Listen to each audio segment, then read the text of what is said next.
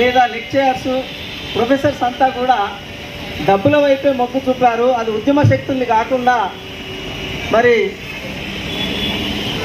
పోరాటాన్ని నమ్మనటువంటి అభ్యర్థులను ఎంపిక చేశారనేటువంటి ఒక తప్పుడు సంకేతము సమాజంలోకి పోయాయి.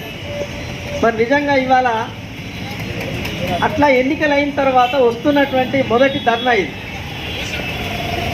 ఈ ధర్నాకు నిజానికి మొత్తం ఉపాధ్యాయులలో ఒక 10% అయినా అటెండ్ అయి ఉంటే దాని సంకేతం డిఫరెంట్గా ఉండేది, ప్రభుత్వం ఆలోచించే అవకాశం ఉంటుంది.